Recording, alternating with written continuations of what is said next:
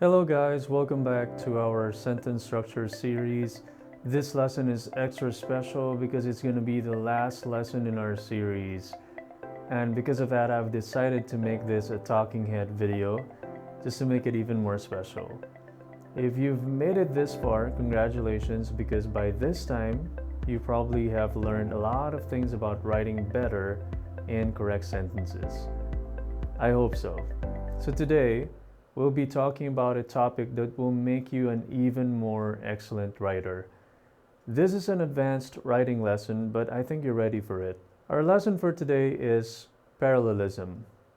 Okay, just for the fun of it, try to pronounce it because it can be a bit of a tongue twister since it has 5 syllables. Parallelism. So can you pronounce it with me? Parallelism. Parallelism. Okay, I hope you were able to pronounce that well. Now, what is parallelism? To answer that question, as always, let's look at this sample sentence. So this sentence will try to answer the question, what are the things you like doing in the weekends? I like working out, to read a book, and I like spending time with my family. What can you say about this sentence? Let's break it down a little. So we've got a subject, I, verb like. Then we have two direct objects for our verb like what, working out, and to read a book. Then we have another independent clause, I like spending time with my family, which is joined to the first clause by and. This sentence is actually okay. It is grammatically correct. But there is something we can do to make it better. Let's go back to our question. What are the things you like doing in the weekends? This sentence answers that with 3 things. Working out, to read a book, I like spending time with my family. If we would be more technical, working out, the first one, is a gerund, to read a book is an infinitive, and I like spending time with my family is a clause, since it has a subject and a verb. Would you agree with me in saying that our sentence would be better if we could make these 3 things similar in terms of grammatical structure? What I mean is, if we use a gerund with one of them, the rest of them should also be gerunds. Let's try that. I like working out, reading a book, and spending time with my family. Now, which sentence looks better? The second one, right? It looks better, it sounds better, it looks more balanced, because now the items in our list are similar in terms of structure. This quality of having similar grammatical structure in writing is what we call parallelism. It usually applies when we're writing a list, when we're making comparisons, or when we're using correlative conjunctions. Did you spot the parallelism in that sentence? To understand parallelism better, let's look at these lines. In mathematics, what do we call these lines? Parallel lines. In grammar, we call structures parallel if they have the same or similar grammatical structures. Like in our example, they can all be gerunds or all infinitives, which would make our sentence, I like to work out, to read a book, and to spend time with my family. The rule is, whatever you see on one side, that same or similar structure should also be on the other side. I like blank, blank, and blank. Or it can also be, I like to work out, read a book, and spend time with my family. You can just drop the 2 and make them still parallel. I like to blank, blank, and blank. Basically, parallelism applies to different grammar units. A gerund should match another gerund. An infinitive, another infinitive. A noun with a noun. A verb with a verb. An adjective with an adjective. an adverb with an adverb, a clause with a clause. And when we talk about clauses, we're talking about different kinds of clauses, noun clauses, relative clauses, etc. The same is true with phrases. We may have a noun phrase, adjective phrase, an adverb phrase, etc. But whatever they are, they need to be parallel with each other. Now, why do we have to observe parallelism? We use parallelism for style. As I said, when we have parallel structures, our sentence looks good. It sounds good and it has more balance. So it's mainly for style. It's not usually about being grammatically correct. But there are times when grammar becomes an issue with lack of parallelism. And this is especially true for English language learners. But actually, even native speakers struggle with parallelism. So whether you are a native speaker or an English language learner, you can never go wrong in learning parallelism. Moving on, let's look at another example. Regular exercise is beneficial in 3 different ways. It helps you control your weight, reduction of heart diseases, and promotes mental and emotional well-being. Okay, let's unpack this sentence and see if the elements in our list are parallel. So, in this sentence, we have a list of 3 benefits of exercise. It helps you control your weight, reduction of heart diseases, promotes mental and emotional well-being. Now, are the items in our list parallel? Time for some practice. Pause this video right here and try to figure out if these items in the list are parallel or not. Alright, let's start with the first one. It helps you control your weight. So we have a subject and a verb. Therefore, this is a clause. How about the second one? Reduction of heart diseases. It starts with reduction, which is a noun, but it doesn't end there. Reduction of what? Heart diseases. Therefore, this is a noun phrase. And lastly, promotes mental and emotional well-being. It starts with a verb, promotes, and it has a direct object, promotes what? Mental and emotional well-being. So it is a verb phrase. So the items in our list are not parallel. What should we do to make them parallel? There are 3 ways we can correct this.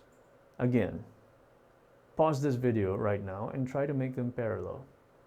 Come on, pause it. Okay, the first way is to make all of them clauses. How do we do that? So for the second item, what is a verb form of reduction? Reduce. So we can write, it reduces heart diseases. How about the third one? It already has a verb, promotes.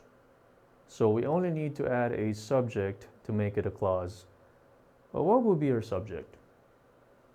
It, which refers to regular exercise, just like what we did in the first and second items. So the third item becomes, it promotes mental and emotional well-being. And if we put them all together in one sentence, they would look like this. Regular exercise is beneficial in 3 different ways. Colon, it helps you control your weight, it reduces heart diseases, and it promotes mental and emotional well-being.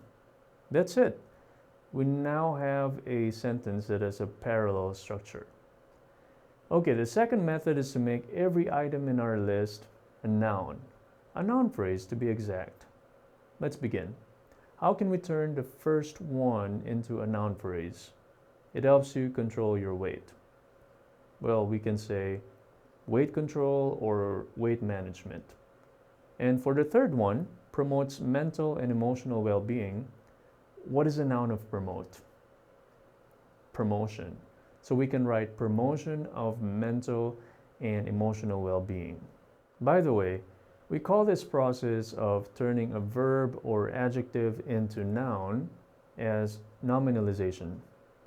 If you find it difficult to find the noun equivalent of a word, don't worry, you can just Google it. What is the noun form of admire? For example, admiration. So far, we were able to correct our sentence using two methods. Now let's go to the third one. We can turn all the items into verbs. So for the first one, we just have to remove the subject it. So we'll have helps you control your weight. Actually, we're going to be using the subject it later on because we'll be needing a subject, right? Anyway, for the second one, what is the verb form of reduction? Reduce. So reduces heart diseases. There you go. We can now put them all together in one sentence. Regular exercise is beneficial in three different ways. It helps control your weight, reduces heart diseases, and promotes mental and emotional well-being. It looks similar to the first one, right? Okay, let's do some practice right now.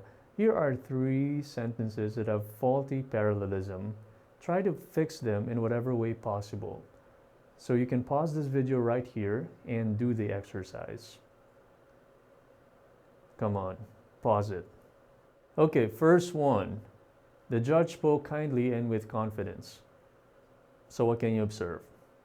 So we have two sets of words being joined by a conjunction and on one side is kindly, on the other side is with confidence. Kindly is what kind of word? That's right, it's an adverb.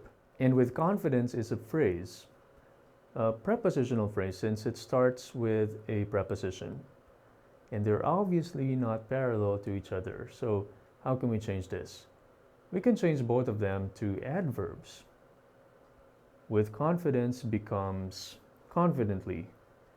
So here's our sentence. The judge spoke kindly and confidently. Or another option is to change both of them to prepositional phrases. So how do we turn kindly into a prepositional phrase that starts with with? With kindness. That's right. Because after a preposition, we always have a noun. And the noun form of kindly is kindness.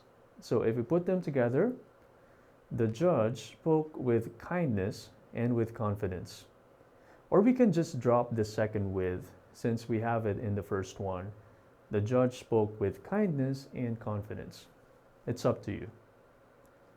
All right, let's move on to the second one. What the mayor said and his actions made a lot of people angry. So what is being joined by the conjunction and? We have two things. What the mayor said and his actions. Let's try to analyze them. What the mayor said is what form? It is a noun clause. Did you recognize that? Because it has a subject and a verb and it starts with what? And it functions as a subject in a sentence. And the second one is his actions. What is it? It's a noun, basically. A noun phrase, if you would be more technical, since it has a pronoun his. So they're not parallel, right? How can we make them parallel? We have two options. First, we can change both of them to noun clauses or noun phrases. Let's try that. How do we change his actions to a noun clause so that we can make it parallel to what the mayor said? Yeah, we can write what he did. So if you combine them, what the mayor said and what he did made a lot of people angry. There you go, our subjects are now parallel. The second option is to change both of them to nouns or noun clauses. So we'll have to change what the mayor said to a noun so that it will be parallel to his actions. How do we do that? What is the noun equivalent of what he said? His words. So we can write, the mayor's words and his actions made a lot of people angry. Or we can also drop the pronoun his in the second part. The mayor's words and actions made a lot of people angry. So we can see from this example that parallelism not only applies to direct objects of the sentences, they can also apply to subjects. Last one. Our teacher recommended watching TED Talks on YouTube and that we read news articles from bbc.com. Okay, now this sentence is longer than our previous example. So first thing we should find is the conjunction that joins two things in our sentence. We have and. Now what are the things and is joining together? Yeah, recommendations. More specifically, watching TED Talks on YouTube and that we read news articles from bbc.com. So as you can see, they're not parallel because watching TED Talks on YouTube is a gerund or gerund phrase, whereas that we read news articles from bbc.com is what? Yes, it's a clause, a noun clause to be more specific because it starts with that and it acts as the direct object of the sentence. So how do we make them parallel? Again, two options. First, make them both gerund phrases or make them both noun clauses that begins with that. So for the first option, how do we make that we read news articles from bbc.com a gerund phrase? Let's find the verb and change it to its ing form. So our verb is read and its gerund form will be reading. So we have reading news articles from bbc.com. Now, combining that with the first one, our sentence becomes our teacher recommended watching TED Talks on YouTube and reading news articles from bbc.com. Is that clear?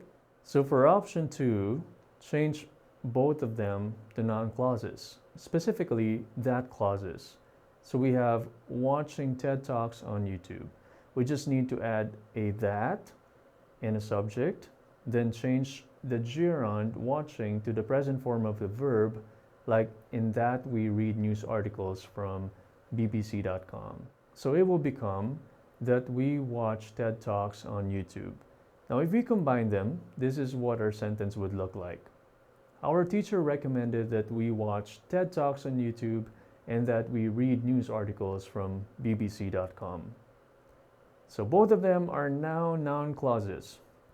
But we can drop the that in the second part because we already have it in the first part. Our teacher recommended that we watch TED Talks on YouTube and we read news articles from bbc.com. But you can also keep it if you want. It's up to you. Wow, that's a lot. That's a lot. How are you guys feeling right now?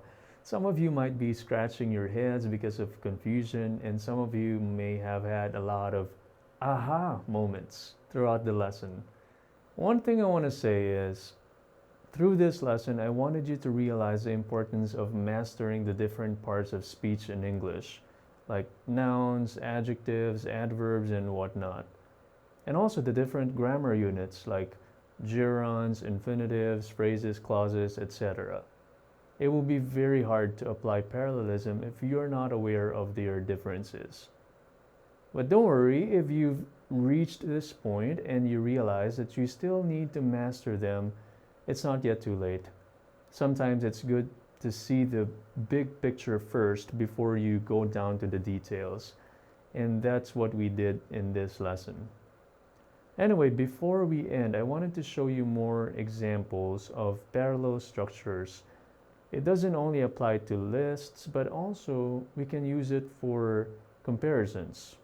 Check out these examples. Living in the Philippines is more affordable than living in Korea. Manila's traffic is worse than Seoul's. I like to drive more in Korea than to drive in the Philippines. And we can also use parallelism for correlative conjunctions. For example, for both and, doctors agree that both eating healthy food and doing regular exercise are keys to a long life. So we've got two gerund phrases. And for either or, either he worked on his latest project or he met with his colleagues. So we've got two clauses. But no matter what, the rule is the same.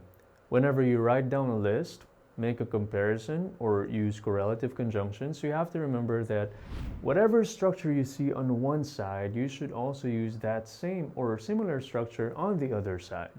As always, for the last time, I will not let you go without giving you some opportunity to practice. So, for your assignment, answer the following questions with sentences that contain parallel structures. What are the things you usually do in summer? What are your hobbies and interests? What could you recommend to other English learners? If you became the president of your country, what are 3 things you would do first? What are the challenges of studying in a graduate school? And that ends our video in our series on sentence structure. I hope that this series has helped you to write correct and better sentences. That was our goal from the very beginning. Again, congratulations for making it this far. I hope I could shake your hand right now. Just always remember to practice, practice, and practice, because when it comes to learning English, come on, say it with me. Use it or lose it. Teacher Alzer here. God bless you in your journey as a writer.